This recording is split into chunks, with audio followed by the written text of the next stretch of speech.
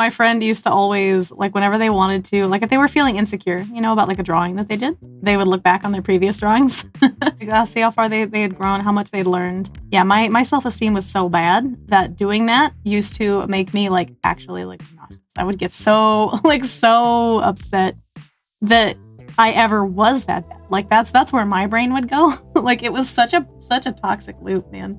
It was so bad. I feel that.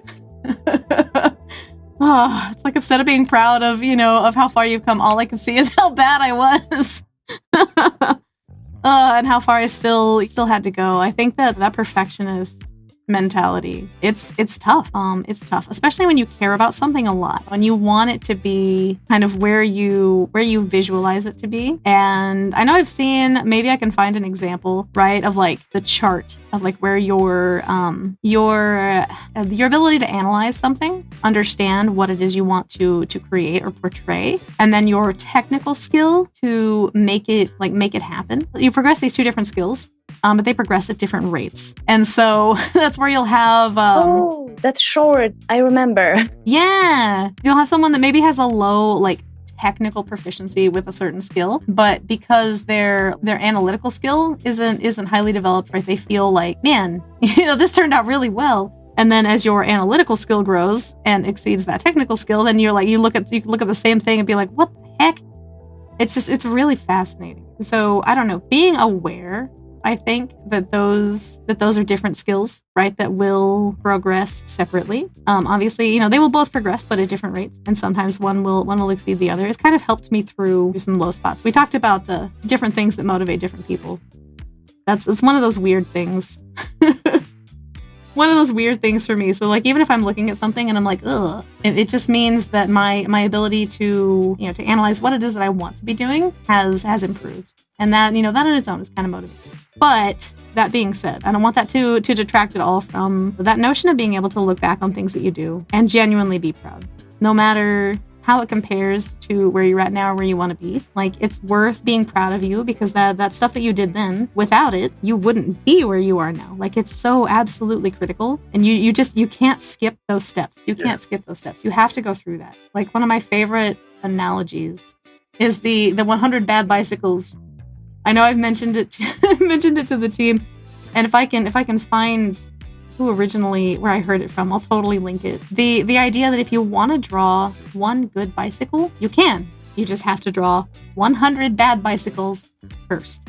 And there's no way around it. And for some reason, the thought of it just being a definitive, like, you have to draw these bad things and get them out of the way, it felt like it's an inevitable progress, right? Every time you make something that's not quite where you want it to be, but you're progressing towards that thing that you do want.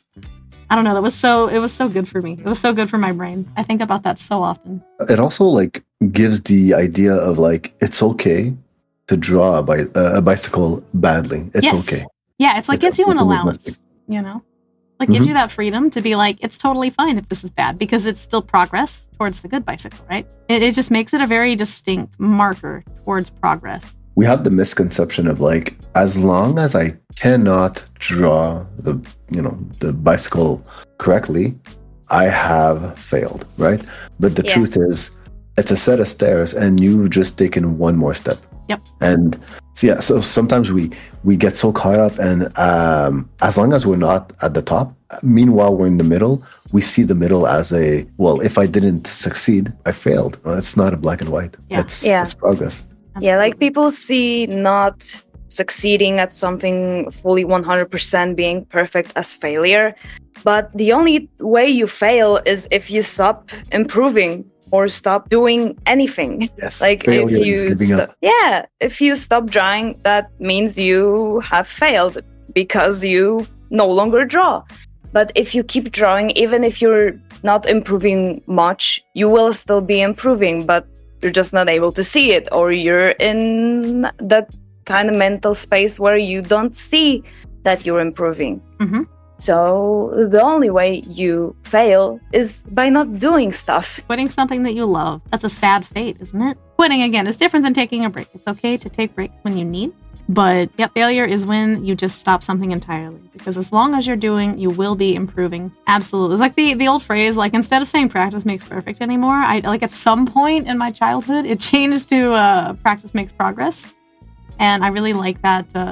I like that shift in the phrase. Your efforts, no matter how big or small, they absolutely matter. They absolutely stack up. If you just focus on that very next step in front of you. There was legit a time in these last couple of years, but relatively recently, that I totally was like, okay, well, I can probably stop drawing. It's all right. I had a day, right, where I sat and I said, I'm okay at this, this banking stuff for those listeners who don't know. I previously worked at a bank. And so, yeah, I totally told myself, I very distinctly remember that day sitting there at my computer thinking maybe this could be my thing. I thought I was a creator, thought I was an artist. It's okay if I'm not. And it would have been, but it's really wild to think that I had a day where I was like, yeah, this banking gig, that's going to be my jam.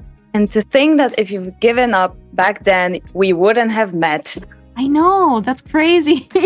That's crazy. Like the people that I've met, the things that, especially the things that we're accomplishing now, the things that I'm starting to see come together with our studio projects. Like I can't imagine, when Morning mentions the multiverse me, like I'm glad I'm not in that universe where I'm still a banker. Like, oh my God. There's another Foxy at the bank right now, Yeah, like being a supervisor in compliance. I'm really happy to be this multiverse Foxy. The banks in that other universe being in shambles. For real. They should have never entrusted me with power. And what we have here, this studio, it just feels like that. The meme of the guy, like he stops he's like mining for diamonds, right? And then he just stops, but there's another one, like you continue. Oh yeah, it's like right there. But it was right there, yeah. And on the topic of failure, probably one of everybody's biggest fear, right? The fear of failing. Sometimes we associate things to failure. We associate because we wish we would have been in a better circumstance. So here's an example that I'm sure a lot of you will relate to, and it's time. It's the idea that I'm already X years old. If I was 10 years younger, I would have started now. Yeah. And it's like, I know, yes, it would have been cool to rewind time and say, you know what, I would have drawn every day in high school and I wouldn't have stopped, knowing how much I love this today. But as nice as that dream is, thinking about it won't change much. We are where we are with the tools we have. And the only place for us to go, other than not advancing, is to advance. This is something I've learned quite recently as well, is to stop allocating time, because that's a resource that your craft will take. Stop allocating time to daydreaming about, what if I took a different decision back then? Maybe I took the wrong decision. Maybe I took the wrong turn. Once again, maybe you're right. Maybe you're wrong. But the truth is, right now you're here, and hey, let's just go up from here. I know life it's not as easy as just do it. But the first step, and I believe in this. I believe in what I'm going to say. No matter what your craft is, you're listening to this and you have a dream. You've always wanted to be a chef. You've always wanted to be a sculptor, or just a businessman. It doesn't even need to be something artistic. A teacher, a firefighter. The first step is to actually think about it, because that's all in your head. Nothing is going to be set in stone. Don't let yourself hesitate at this step. Think of what will you have to do in order to start moving in that direction. It's kind of one of those things. Like if you look back on time, right there, and of course there's so many different ways to kind of look at it. If you worst case scenario and you think, oh my God, all this lost time. Like if I start now, I'll have less time with this thing that I love than if I had started 5 years ago. But wouldn't you rather have this time than to not have any time with this thing that you love. I was really bad. I fell into that time thing because I spent a good amount of time at the bank, and it was really hard. I almost kind of went through like a grieving process, right? Of the time that I spent not doing this stuff that I'm doing right now. It was tough. I really had to push past that mentality. And that was no doubt one of the hardest things that I have ever had to do. But the thought of either saying, well, I missed my chance to have like this full range of time that I idealize in my head, versus I looked at that and was like, if I can't have the full thing, then I might as well just not bother with any. And that's really sad. Like, that was really sad. Now, yeah, but I get that. Yeah, it's tough. Honestly, I get that. Now I'm thankful for every minute, like every moment. And what helped me, like what really eased my heart about the whole thing, is when I thought back to the person that I was. Like, the reality is the things that I want to do, the people, right, that I've met, I wouldn't have been the same person then, even if I had started. So now I started to look at the time that I spent at the bank.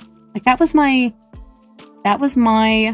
like hands-on training experience where I was learning so many things about life. It's like being in class, you know, like in college, you have like prerequisites, right, to getting a degree. And it sometimes it doesn't always, you may not always understand why the curriculum is built the way it is, but those foundational things are things that you need still to advance, to advance your degree. I kind of look at it sort of like that. Like, there are so many things that I learned about work, about life, about people, that I needed to learn in order to make the stories that we're planning to make here in the studio. Also, literally, had things gone any differently, I don't know that I would have met my amazing friends that aligned with my values so well. So it's like, as much as it's easy to sit back and idealize time that you would have liked to have had this extra time on these things, I think it's important to not discount the value of what you have gotten for the time that you invested elsewhere. Like, that's still tools in your tool belt that you can choose to utilize, and that will make a difference. But yeah, I don't know. That helped me a lot with processing that whole concept. The irony of today, you're able to see the value of like all the time I could have used in this, let's say this hobby or this goal, right?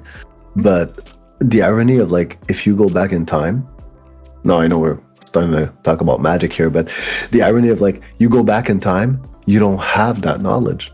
Yeah. You know what I mean? You are the person, ironically, you are the person that you are today because of all that. So I think in some ways, it's for the better. It's for the best, because you didn't start 10 years ago because you also didn't know this. And It took 10 years for you to learn this, and that's okay. That's who you are today. Definitely. Everyone has that different journey, right? And I think, like, ultimately at the end of the day, the thing that we do, we make the most out of the path that we have. And I think just learning to appreciate and learning where the value is for all those experiences that you've accumulated, it's really helpful. Or at least it has been for me. Most definitely. I know, especially, I've grown up so much in these last couple of years that, like, if I were to be perfectly honest with myself, had I started something like this back when I tell myself I would have liked to have started something like this, I don't think I would have been nearly as prepared. There's so many things, so many factors, right? And you can never predict, for better or for worse. And to Morning's point earlier, it's not a good place to invest that precious resource of time. But just something to kind of keep in the back of my mind is exactly that. I needed those experiences. I needed that time. I needed that growth to become what I am right now. The Foxy of this multiverse.